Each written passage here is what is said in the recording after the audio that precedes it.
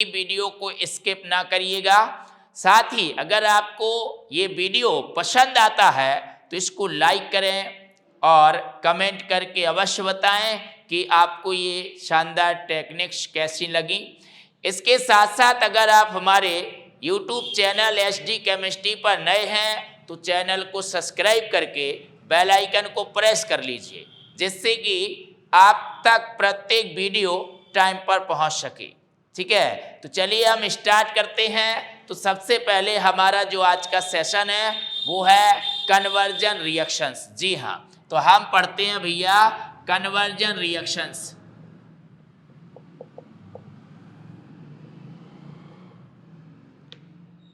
Conversion reactions का मतलब होता है कैसे प्राप्त करेंगे, एक पदार्थ से दूसरा पदार्थ कैसे प्राप्त किया जाए।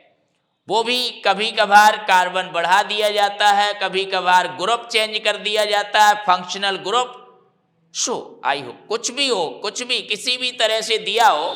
ठीक है, हम उसके टेक्निक्स जानते हैं, उसके बाद उसका प्रैक्टिस भी करेंगे, है ना। आपको बहुत ही शानदार पसंद आएगा। तो चलिए सबसे पहले हम जानते हैं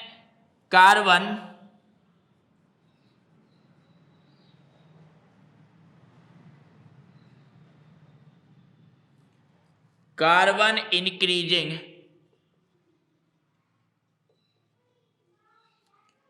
रिएक्शंस। जी हाँ, कार्बन को कितने तरीके से इंक्रीज कर सकते हैं, कार्बन को कितने तरीके से बढ़ा सकते हैं। सपोज डेट मतलब एक कार्बन का कोई यौगिक दिया है, जैसे कि मीथेन दिया है, कहा जाए मीथेन से एथेन बनाइए या मीथेन से प्रोपेन बनाइए या मेथेनॉल से एथेनॉल बनाइए। सो कैसे हम कार्बन को इंक्रीज कर सकते हैं, मतलब कि एक कार्बन से दो कार्बन, दो कार्बन से तीन कार्बन, इस तरीके से सिंगल कार्बन। ठीक है, एक कार्बन से दो कार्बन में। तो इसमें आपको जो है दो तीन तरीके ध्यान रखने हैं, जिसमें आपका सबसे बेस्ट जो कार्बन बढ़ाने का तरीका है वो है भैया साइनाइड रूट। साइनाइड रूट अपनाना है आपको। जैसे एक स्थान से दूसरे स्थान तक जाने के कई रास्ते होते हैं, डिफरेंट। सपोज डेट के एक स्थान से दूसरे स्थान तक जाने के तीन रास्ते हैं। तो हो सकता है कि एक रास्ता बहुत छोटा हो सकता है एक रास्ता बहुत मीडियम, और एक हो सकता है कि बहुत घेर घार के घूम फिर के जो है रास्ता हो, मतलब बहुत लंबा रास्ता हो। तो देखिए जो लंबे रास्ते में आप चलेंगे तो आपकी ऊर्जा ज़्यादा खर्च होगी, है ना। तो इस तरह से हमें कोशिश करनी है कि बहुत ज़्यादा स्टेप ना हो पाए और हमारी रिएक्शन क्या हो जाए, कन्वर्ट हो जाए। तो हालांकि हम जो आपको दो तीन रास्ते यहाँ बताने वाले हैं उनको में से किसी पर भी आप चल सकते हैं, लेकिन सबसे बेस्ट जो रास्ता है वो है साइनाइड मार्ग। जी हाँ, तो इसके लिए हमारे जो देखिए एलिफेटिक यौगिक के रिएक्शंस के जो कन्वर्जन होते हैं उनमें दो जो है आपका, एक तो एल्किल हैलाइड, पहले थोड़ी सी बैक बात जानेंगे जी।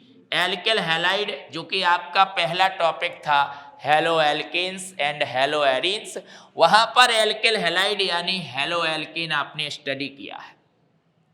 ये भैया एलिफेटिक है। एल्किल हैलाइड कैसा कंपाउंड है, एलिफेटिक है, खुली श्रृंखला का है यौगिक।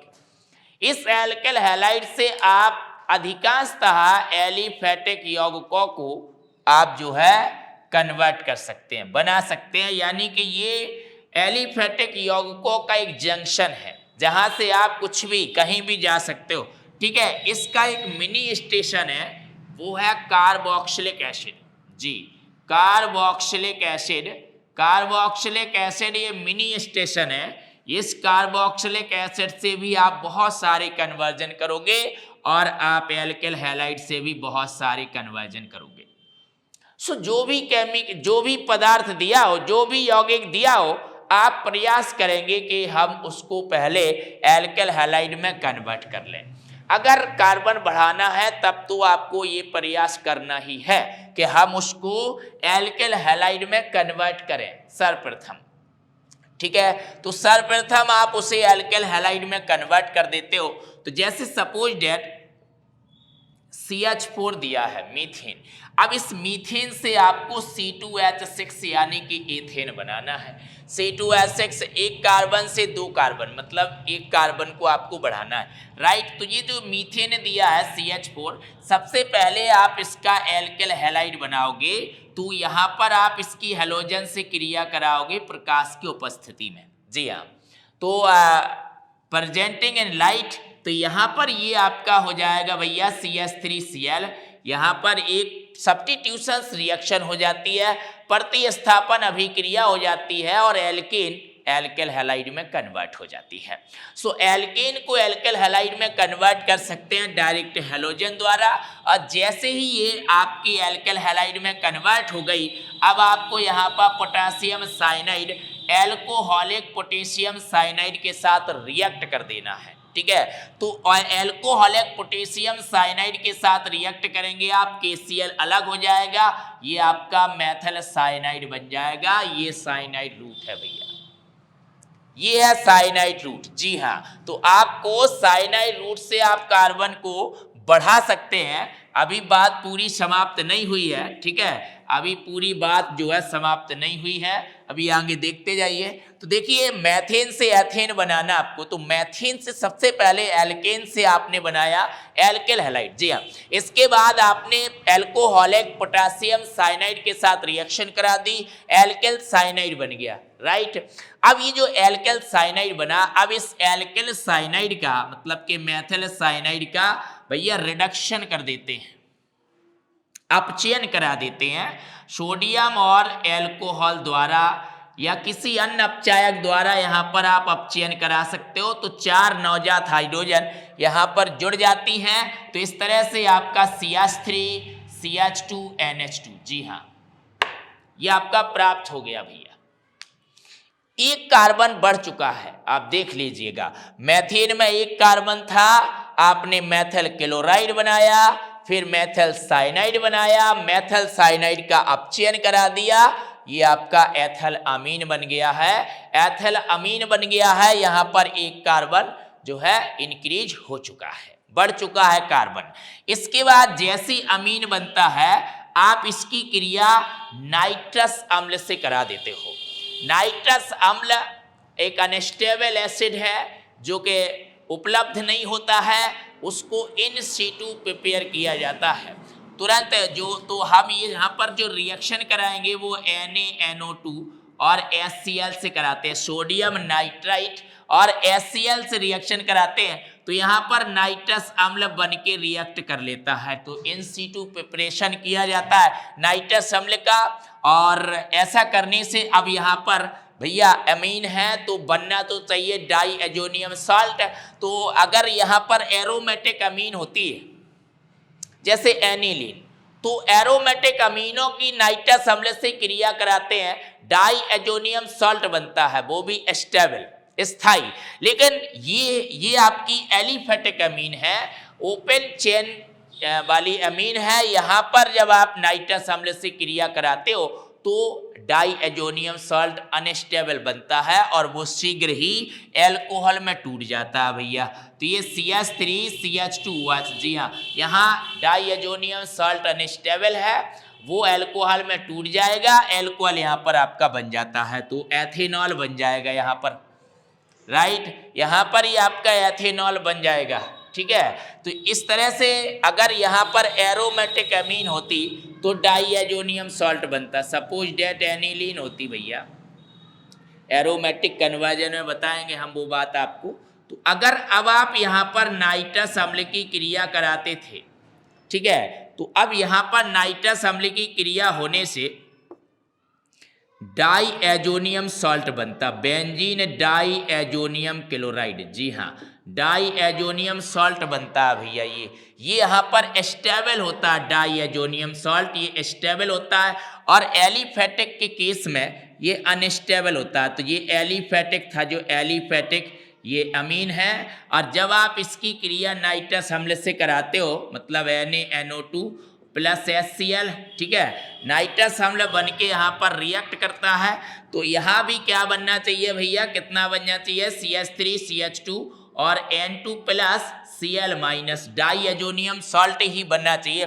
तो बट ये जो डाइएजोनियम सॉल्ट है ये अनस्टेबल है, इस वजह से ये शीघ्र ही क्या हो जाता है, टूट जाता है, अपघटित हो जाता है। ठीक है, और ये काय में अपघटित हो जाता है भैया, जी हाँ, ये आपका अपघटित होकर क्या बना लेता है, CH3OH बना लेता है ना, और ये आपका नाइट्रोजन अलग हो जाता है और HCl फिर अलग हो जाता है। तो इस तरह से आपका दो कार्बन है तो CH3 CH2OH एल्कोहल बना लेता है। इस वजह से आप ध्यान रखिएगा कि जब भी आप फर्स्ट डिग्री एमाइंस की नाइट्रस अम्ल से क्रिया कराओगे तो सीधा आप एल्कोहल ही बनाओगे। ये बात आपको ध्यान रखनी है एलिफेटिक एमाइंस के केस में।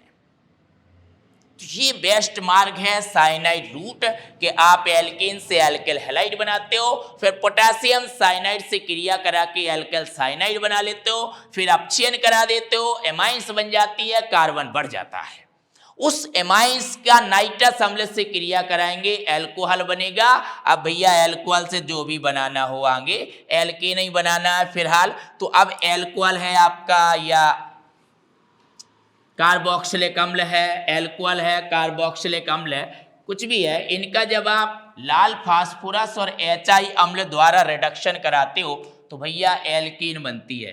देखिए aldehyde, ketones, alcohol, carboxylic acid, यही आपके मतलब मुख्य यौगिक हैं।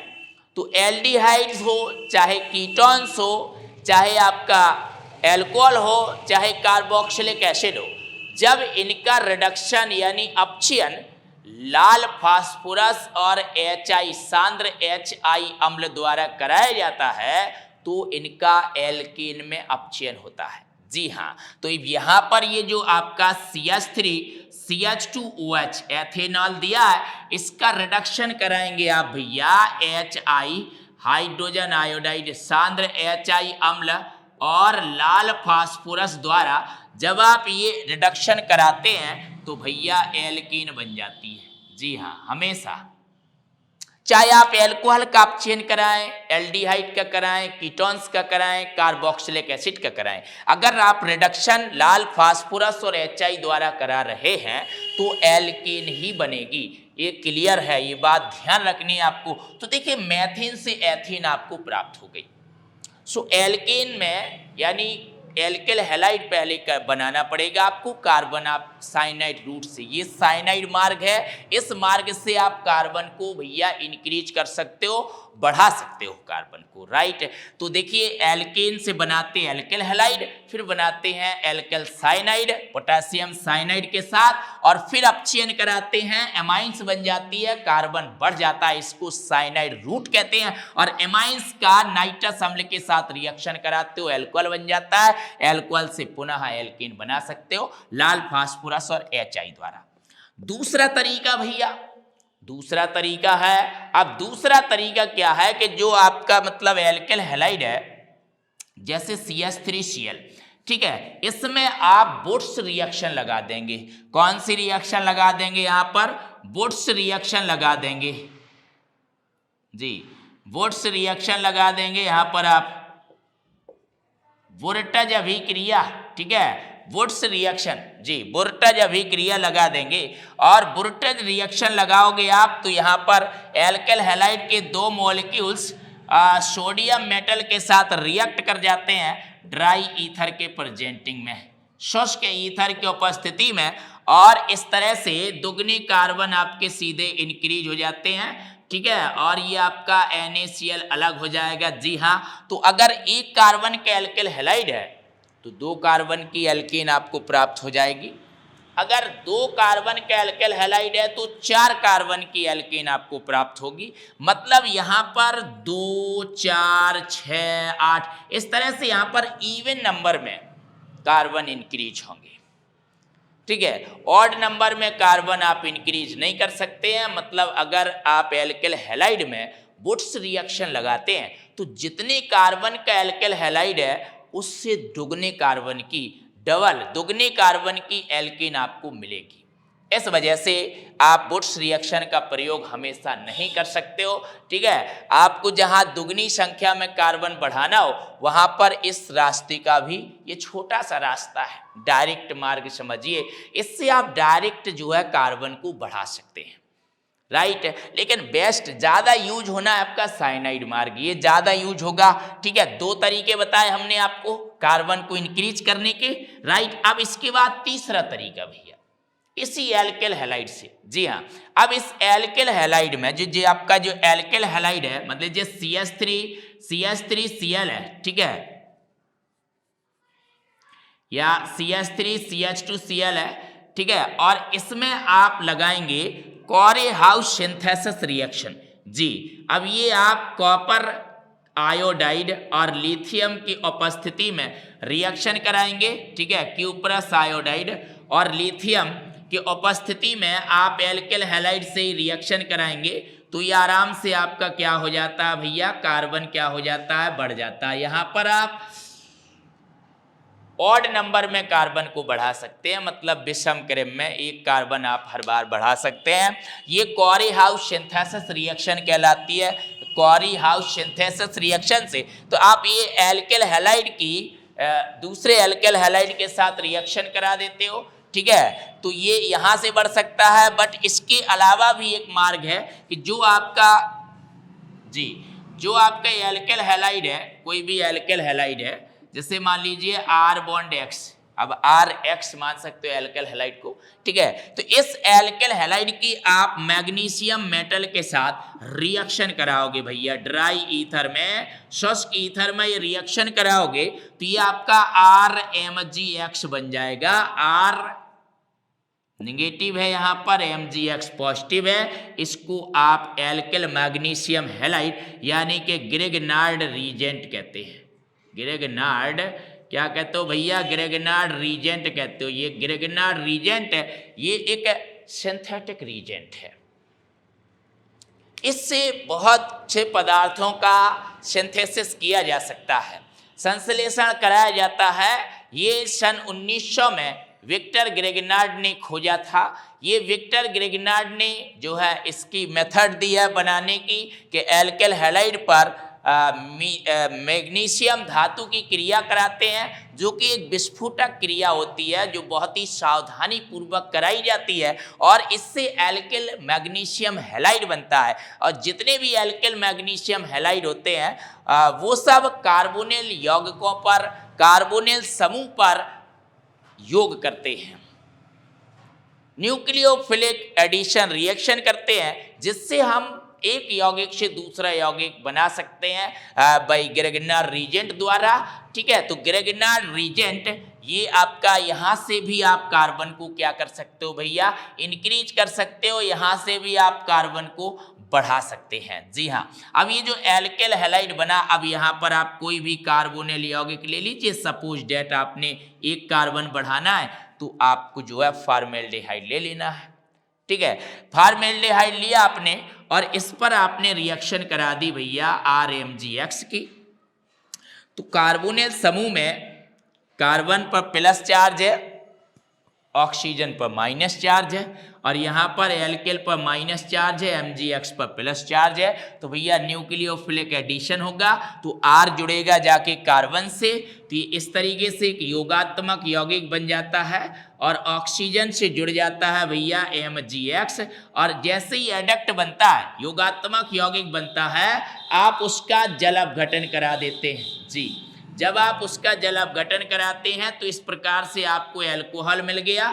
ठीक है, और प्लस ये MgOH क्या हो जाता है भैया, अलग हो जाता है। देखिए, एक कार्बन की वृद्धि के साथ आपको एल्कोहल मिल चुका है, और फिर एल्कोहल से आप एल्केन, एल्कोहल से अन्य यौगिक बना पाएंगे। ठीक है, कार्बन की वृद्धि हो गई। तो इस प्रकार से आप एल्केल हैलाइड्स की मैग्नीशियम से रिएक्शन करा के ग्रेगनार्ड अभिकर्मक बना लेते हो, और जैसे ही ग्रेगनार्ड अभिकर्मक बन जाता है, उसकी फॉर्मेल्डिहाइड के साथ योगात्मक क्रिया करा देते हो, फिर जल अपघटन करा देते हो, एल्कोहल बन जाता है, वो भी एक कार्बन की वृद्धि के साथ। जी हाँ।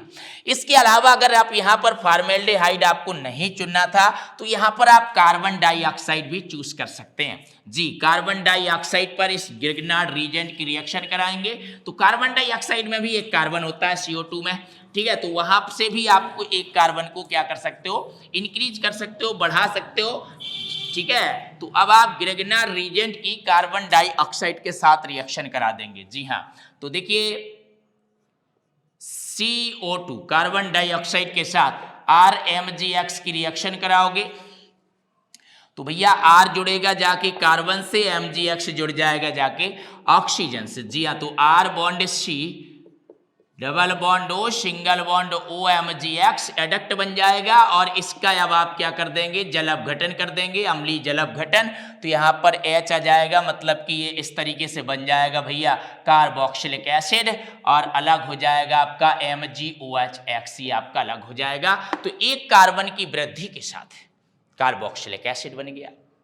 तो ये हमने आपको 3-4 तरीके बताए जिसमें से 3 तरीके आपको बहुत अच्छे से ध्यान देने हैं कि आप सबसे पहले भैया आप एल्केल हैलाइड की हैलोजन से एल्केल हैलाइड की आप पोटेशियम साइनाइड से क्रिया कराते हो, एल्केल साइनाइड बनता है, फिर आप उसका अपचयन कराते हो, एमाइंस बन जाती है, ठीक है, एमाइंस बन जाती है एक कार्बन की वृद्धि के साथ, फिर आप उसकी नाइट्रस अम्ल से क्रिया कराते हो तो आपका भैया एल्कोहल बन जाता है, ठीक है। और एल्कोहल बनते ही आप उसकी लाल फास्फोरस और HI के साथ रिएक्शन करा देते हो तो भैया आपकी एल्केन बन जाती है। फिर एल्केन से आप कुछ भी बना सकते हैं, एल्केल हैलाइड पुनः बना सकते हैं, कार्बन आपका इस प्रकार से बढ़ जाता है। इसके अलावा आप इसी एल्केल हैलाइड के 2 अणुओं की रिएक्शन, मतलब कि इस एल्केल हैलाइड की रिएक्शन आप सोडियम मेटल से करा सकते हैं, वो भी शुष्क ईथर की उपस्थिति में, ड्राई ईथर के प्रेजेंटिंग में। तो भैया दुगनी कार्बन की एल्केन बन जाती है, ठीक है, और ये आपका सोडियम हैलाइड अलग हो जाता है,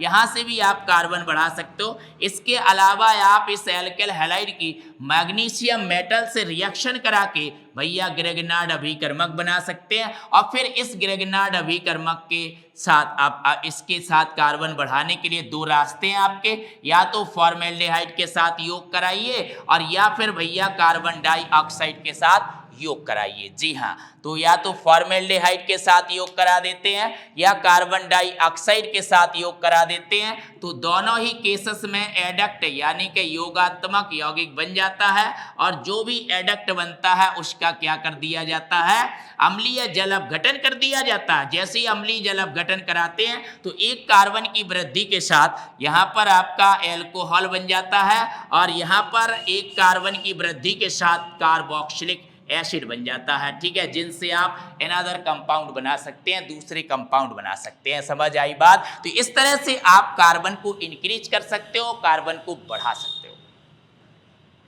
अब हम बात करते हैं डिक्रीजिंग, कार्बन डिक्रीजिंग रिएक्शंस के, कार्बन को घटाया कैसे जाए। आज केवल हमें टेक्निक जाननी है सेशन में, ठीक है। जब हम इसकी प्रैक्टिस करेंगे तो बड़ा मजा आएगा आपको, बशर्ते आपको ये सारी टेक्निक्स सीख लेनी है बहुत ही अच्छे से, ठीक है। बहुत ही बेजोड़ तरीके हैं ये, इनके माध्यम से आप फोकस कर सकते हैं और एक यौगिक से दूसरा यौगिक आराम से प्राप्त कर सकते हैं, ठीक है। ये कन्वर्जन रिएक्शंस हैं। तो भैया दूसरा टाइप है यहाँ पर carbon decreasing reactions, carbon decreasing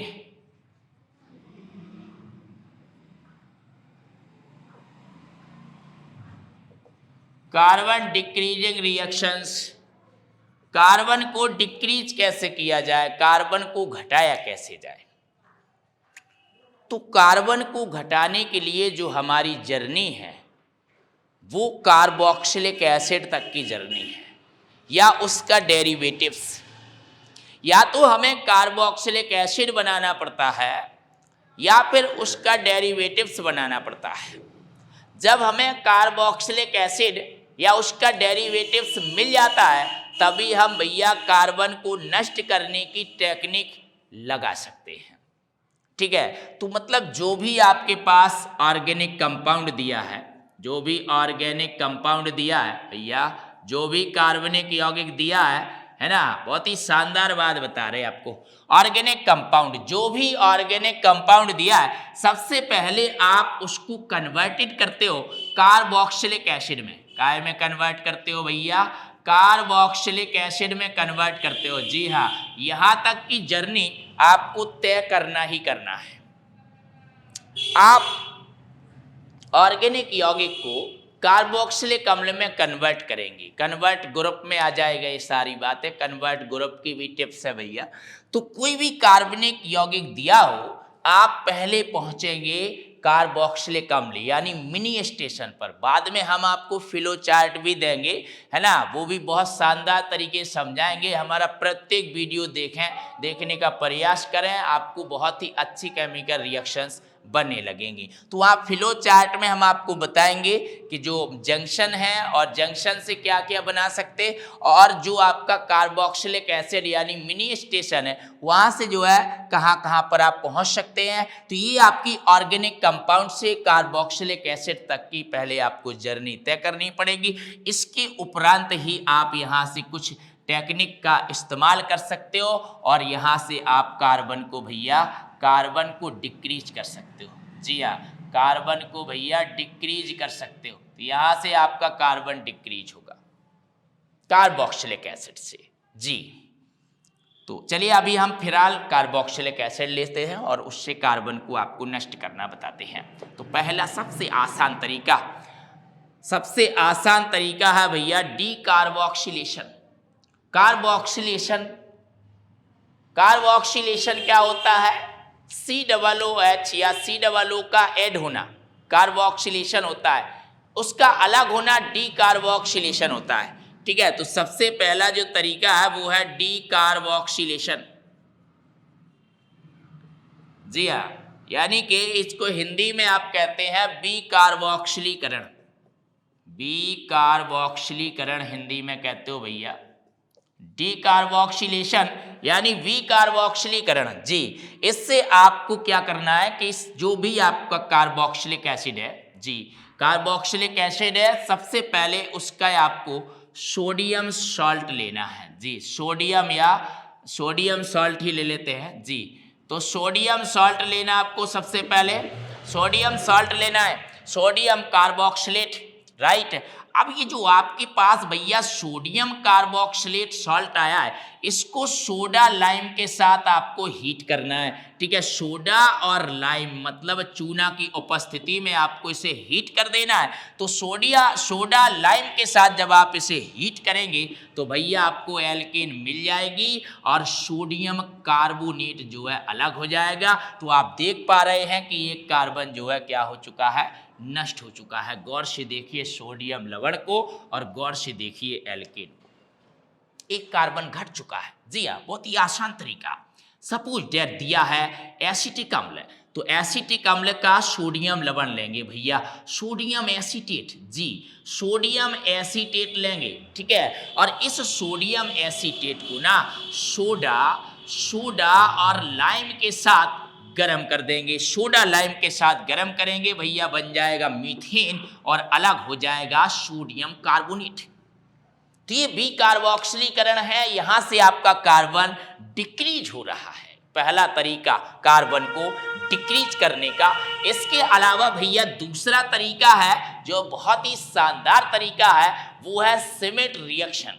जी, सिमेट रिएक्शन से आप जो है सिमेट रिएक्शन से आप कार्बन को क्या कर सकते हो, डायरेक्ट डिक्रीज कर सकते हो। इन दिस केस आपको क्या लेना होता है, कार्बोक्सिलिक एसिड लेना होता है, और इस कार्बोक्सिलिक एसिड की हाइड्रोजोइक एसिड N3H के साथ कंसंट्रेटेड H2SO4 की उपस्थिति में रिएक्शन करानी होती है। बहुत ही अच्छे से थ्योरी में आपको ये चीज हमने पढ़ाई थी, एमाइंस चैप्टर में बहुत ही शानदार तरीके से बताया था एमाइंस। तो देखिए कार्बोक्सिलिक एसिड की हाइड्रोजोइक एसिड के साथ रिएक्शन कराते हो कंसंट्रेटेड H2SO4 के प्रेजेंस में। तो ऐसा करने से भैया क्या हो जाता है, आपका कार्बन यहाँ पर डिक्रीज हो जाता है, कार्बन आपका घट जाता है। ठीक है, और नाइट्रोजन अलग हो जाती है, कार्बन डाइऑक्साइड अलग हो जाती है, और आपको क्या मिल जाता है, यहाँ पर एमाइंस मिल जाता है। एक कम कार्बन का एमाइन मिल जाता है और नाइट्रोजन जी, N2 अलग हो जाएगा, CO2 अलग हो जाएगा। तो यहाँ पर आप एमाइंस मिल जाएगा, एमाइंस की नाइट्रस अम्ल से क्रिया करा लीजिए, एल्कोहल मिल जाएगा, एल्कोहल का ऑक्सीडेशन कर दीजिए, कार्बोक्सिलिक एसिड फिर से मिल जाएगा, कार्बन आपका घट जाएगा। ठीक है, तो कार्बन आप घटा सकते हैं सिमेट रिएक्शन द्वारा। जी, कार्बन को आप घटा सकते हो बिकार्बोक्सिलीकरण द्वारा। इससे आप कार्बन को डिक्रीज कर सकते हैं, कार्बन को घटा सकते हैं। इसके अलावा अगर इसका डेरिवेटिव्स है, डेरिवेटिव्स जैसे कि मान लीजिए अम्ल क्लोराइड है भैया, अम्ल क्लोराइड है, तो वहाँ पर भी आप इसी N3H के साथ रिएक्ट कर सकते हो, वो भी कंसंट्रेटेड H2SO4 के साथ। ठीक है, और इसके अलावा अगर आपके पास एस्टर है भैया, एस्टर, तो भी आप इसी रिएक्शन को करा सकते हैं। ठीक है, कंसंट्रेटेड H2SO4 के प्रेजेंटिंग में। इन दिस केस, ऐसे केस में भी भैया क्या मिलेगा आपको, एमाइंस मिलेगा, वो भी एक कम कार्बन के साथ। तो ये सिमेट रिएक्शन है, सिमेट रिएक्शन से आप कार्बन को घटा सकते हैं, और आप सोडा लाइम के साथ कार्बोक्सिलिक अम्ल के सोडियम लवण को हीट करके भी कार्बन को घटा सकते हैं। तो दोनों ही केसेस में आपको पहले कार्बोक्सिलिक अम्ल तक पहुंचना पड़ेगा।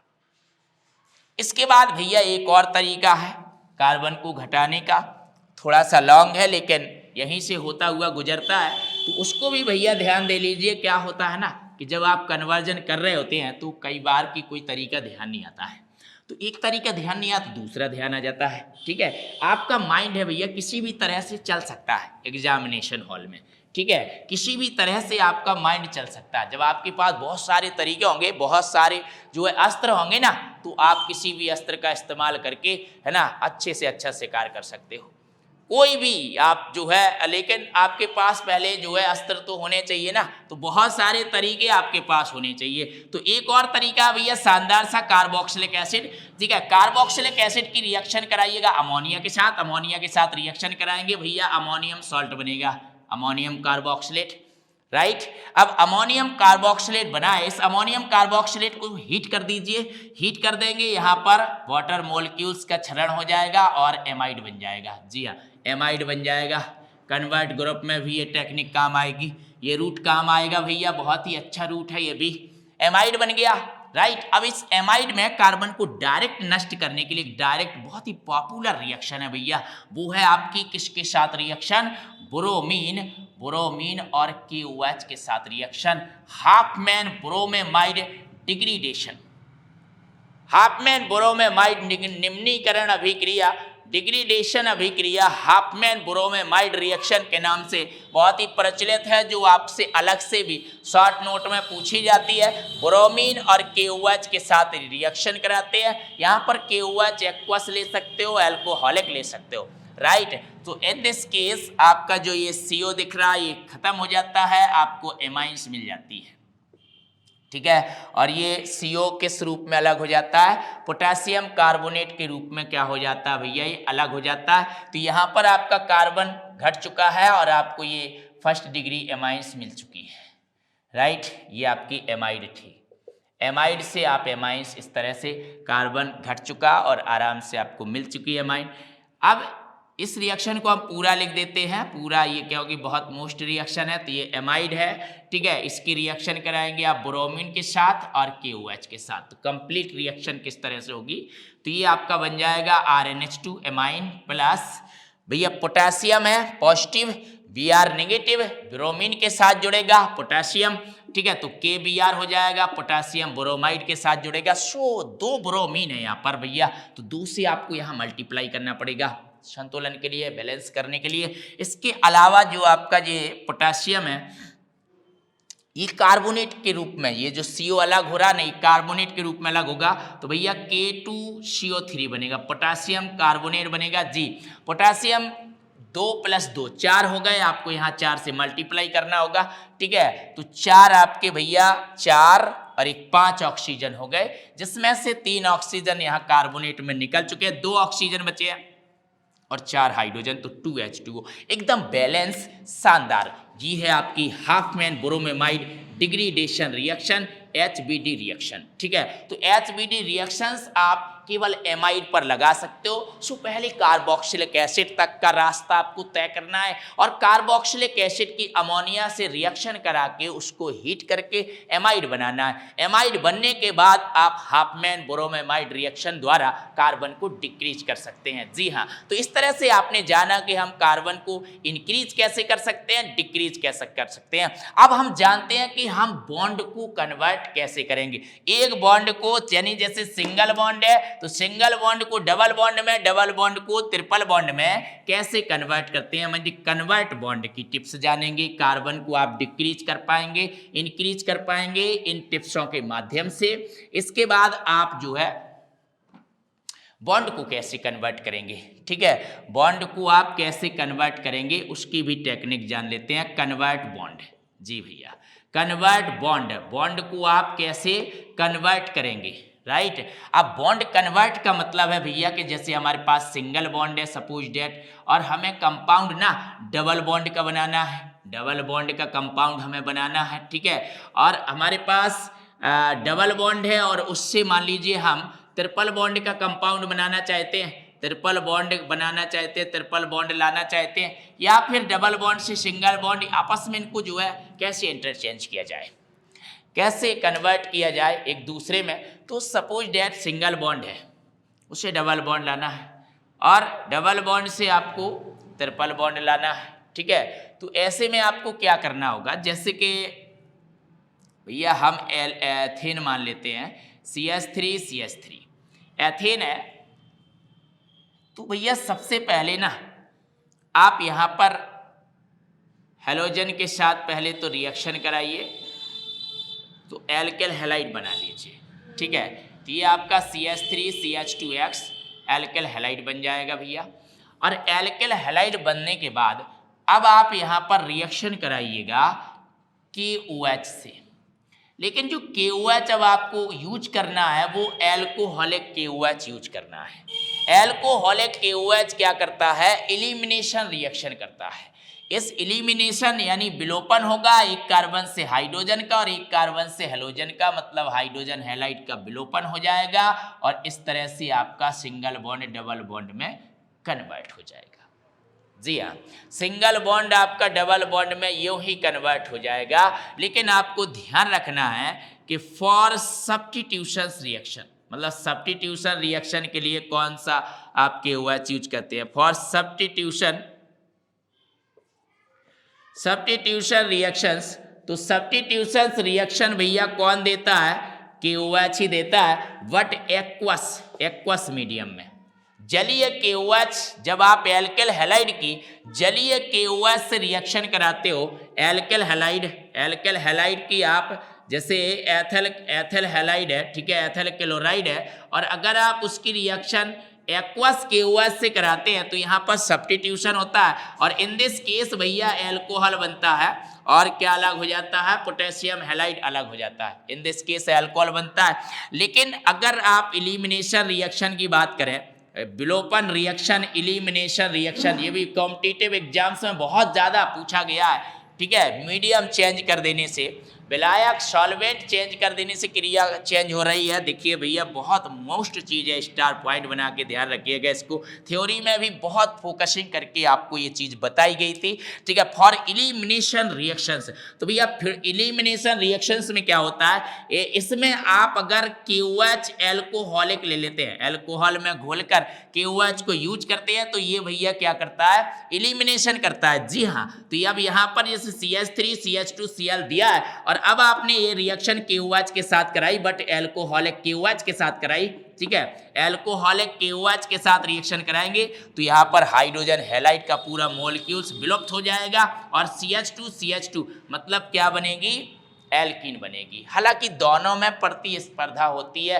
कंपटीशन होता है, दोनों क्रिया एक जैसी चलती हैं, मतलब कभी एक ज़्यादा कभी एक कम। तो इन दिस केस आपको इस तरीके से ध्यान रखना है, दोनों में प्रतिस्पर्धा होती है, ये दोनों टाइप से क्रिया होती है। तो ये आपका एल्कीन बन गया और प्लस के HCl अलग हुआ, KOH के साथ रिएक्ट करके KCl बनाएगा और क्या बनेगा भैया, H2O बनेगा। तो इस तरह से इन दोनों बातों को आपको बहुत ही अच्छे तरीके से, शानदार तरीके से ध्यान रखना है। तो इस तरह से एल्किल हैलाइड में आप एल्कोहलिक KOH के साथ रिएक्शन करा देंगे, ये आपका डबल बॉन्ड आ गया, सिंगल बॉन्ड से भैया डबल बॉन्ड बन गया है, राइट। अब आप विचार करो ट्रिपल बॉन्ड कैसे आएगा, तो धीरे विचार करते हैं और विचार के साथ साथ तुरंत ही आंसर पाते हैं। तो ये देखिए डबल बॉन्ड के साथ अब आप यहाँ पर हेलोजन का योग कराएंगे, प्रकाश की उपस्थिति नहीं लगाएंगे, आपको हेलोजन का योग करा देना है। सो सीधा सा कि भैया क्लोरीन का योग करा देते हैं, ठीक है। तो ये आपका बन जाएगा CH2 single bond CH2 bond Cl bond Cl, ये आपका डाई हैलाइड बन जाएगा। जैसे आपका डाई हैलाइड बनेगा ना, डाई हैलाइड बना, आपको सबसे पहले उसकी रिएक्शन KOH के साथ करा देनी है, एल्कोहलिक KOH के साथ, ठीक है, एल्कोहलिक KOH के साथ करा देनी है। दूसरी बार उसकी रिएक्शन आपको सोडामाइड के साथ करा देनी है। तो ऐसा कर देने से आपका जो है ट्रिपल बॉन्ड आ जाएगा जी। आपकी डायरेक्ट टेक्निक है, एल्कोहलिक KOH और सोडामाइड इसके साथ रिएक्शन कराएंगे तो ये आराम से आपका डाई हैलाइड जो है, ये आपके दो मॉलिक्यूल्स जो है HCl के आपके यहाँ पर अलग हो जाएंगे और आराम से क्या हो जाएगा, ट्रिपल बॉन्ड आ जाएगा। अब ट्रिपल बॉन्ड से डबल बॉन्ड लाना हो, डबल बॉन्ड से सिंगल बॉन्ड लाना हो, मतलब बॉन्ड को डिक्रीज करना हो, तो वो तो बहुत ही आसान है। उसके लिए आपको क्या करना होता है, आपको हाइड्रोजनीकरण कर देना होता है, मतलब कि रिडक्शन है ना, हाइड्रोजनीकरण, हाइड्रोजन और उत्प्रेरक से रिएक्शन।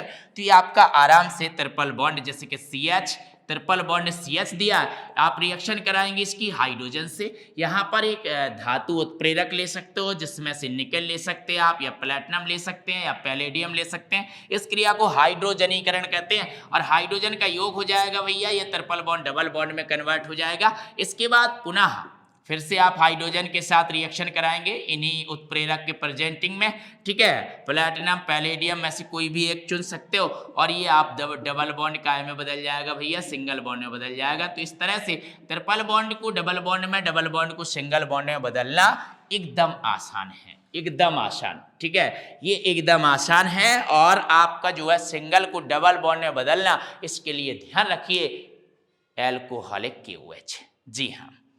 तो इस तरह से आपने बॉन्ड को इंक्रीज करना जाना, बॉन्ड को डिक्रीज करना जाना और इसके अलावा आपने कार्बन को इंक्रीज करना जाना और कार्बन को डिक्रीज करना जाना। इसके बाद बात करते हैं कि कन्वर्ट ग्रुप, जो हमारे फंक्शनल ग्रुप होते हैं, कार्बनिक यौगिक का वह पार्ट जिस पर उसकी केमिकल प्रॉपर्टीज डिपेंडेंट होती है, वो फंक्शनल ग्रुप, क्रियात्मक समूह कहलाता है। अब एक क्रियात्मक समूह का यौगिक है, उससे दूसरे क्रियात्मक समूह का यौगिक बनाना है, तो उसको आप कैसे कन्वर्ट करें जी।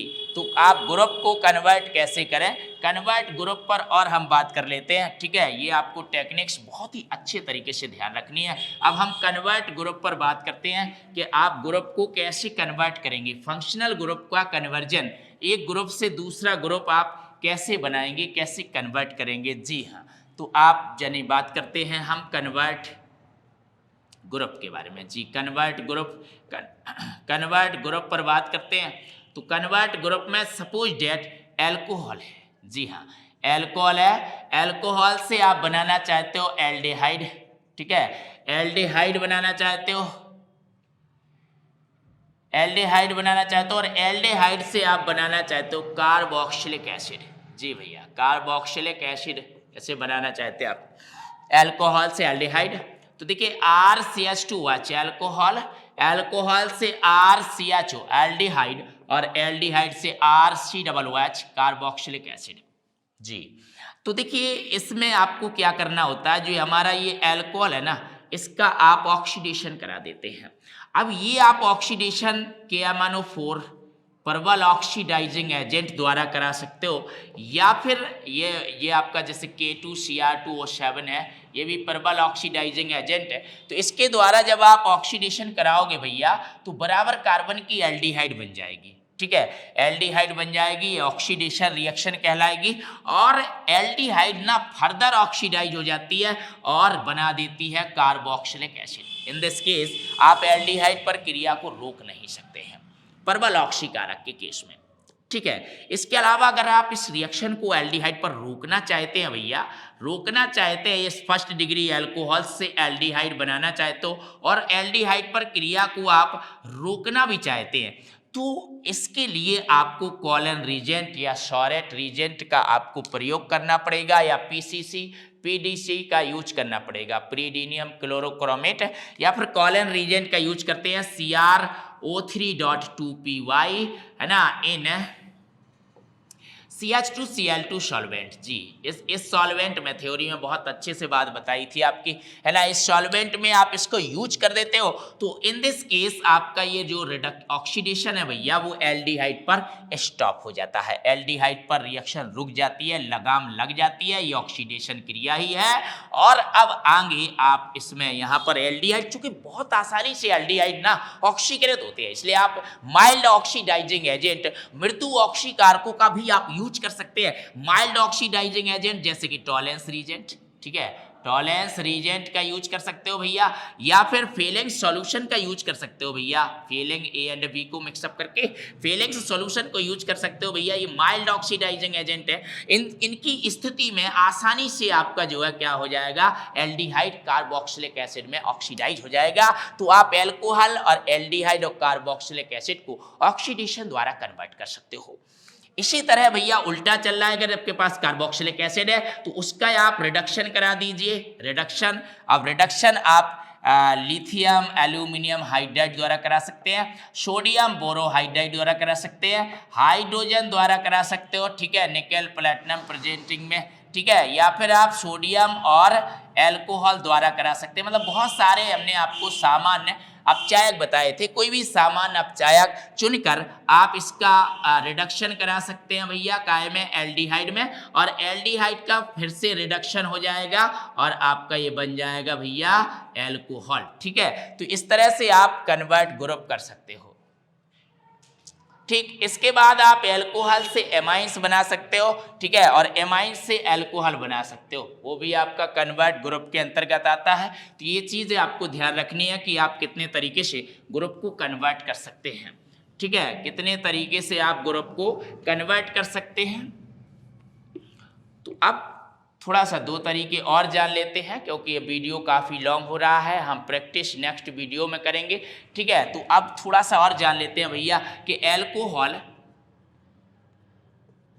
एल्कोहल से एमाइंस कैसे बनाया जाए, या फिर एमाइंस से एल्कोहल कैसे बनाया जाए, मतलब कि ROH या RCH2OH, ठीक है, और इससे आपको एमाइंस बनाना है RCH2NH2। कार्बन घटाने बढ़ाने की किसी भी तरह की कोई बात नहीं हो रही है, क्योंकि उसको हम पहले ही सीख चुके हैं। तो इस तरह से अभी तो हम ग्रुप कन्वर्ट पर फोकस कर रहे हैं। तो एल्कोहल से एमाइंस कैसे बनाया जाए, तो दिस इज एल्कोहल दिया भैया, तो सबसे पहले आप एल्काइल हैलाइड बनाइए, OH को हटाइए OH के दुश्मनों द्वारा।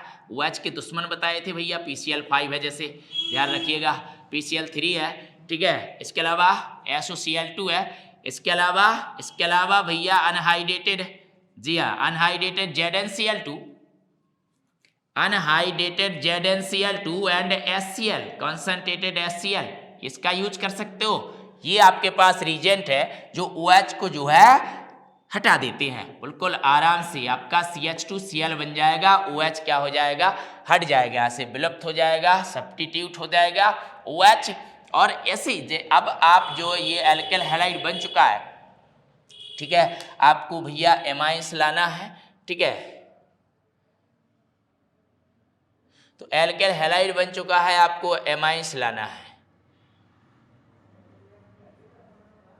अब आप यहाँ पर रिएक्शन करा दीजिए अमोनिया के साथ, NH3 के साथ, जी, तो एल्काइल हैलाइड की डायरेक्टली NH3 के साथ रिएक्शन कराइएगा तो आराम से आपकी फर्स्ट डिग्री एमाइंस बन जाती है। जी हाँ, ये आपका फर्स्ट डिग्री एमाइंस एमोनोलिसिस आपको बताया था, यहाँ पर बनता चूंकि मिश्रण है, लेकिन आपको कन्वर्जन रिएक्शन में फर्स्ट डिग्री एमाइंस पर क्रिया दिखा देनी है। तो इस तरह से आपका फर्स्ट डिग्री एमाइंस बन गया।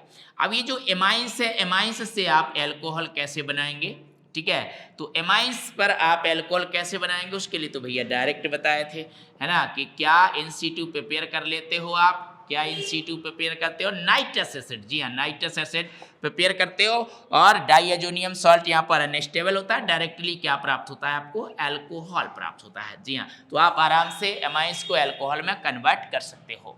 ठीक है, इसी तरह एमाइड को एमाइंस में भी कन्वर्ट कर सकते हो, एमाइंस को एमाइड में कन्वर्ट कर सकते हो, जिसकी चर्चा हम आपको नेक्स्ट वीडियो में करेंगे, वो भी प्रैक्टिस के साथ। जितनी टेक्निक्स बताई है ना, वो पूरी प्रैक्टिस के साथ हम जानेंगे। बिल्कुल बहुत ही शानदार सुर पर वही मुझसे वेरी मोस्ट रिएक्शंस बताई जाएंगी जो आपके एग्जाम्स में 110% आती रहती हैं। बिल्कुल आपकी रिएक्शंस उसी टाइप की आती रहती है, उसी कैटेगरी में आती रहती है। तो भैया इसका इस जो सेशन है, ये कन्वर्जन रिएक्शंस, इसका पार्ट 2 पार्ट 3 जितने भी पार्ट आए उनमें से एक को भी स्किप मत करिएगा, है ना। प्रत्येक को बहुत ही अच्छे के साथ आपको देखना है। ठीक है, तो अगर आपको अब वीडियो पसंद आया है तो भैया वीडियो के लास्ट में, अंत में हम बोल रहे हैं आपसे, अगर आपको पसंद आया तो लाइक जरूर कर दीजिएगा, हमें यूं ही सपोर्ट करते रहिए और हमारे चैनल को सब्सक्राइब कर लीजिए और बेल आइकन को प्रेस कर लीजिए। धन्यवाद।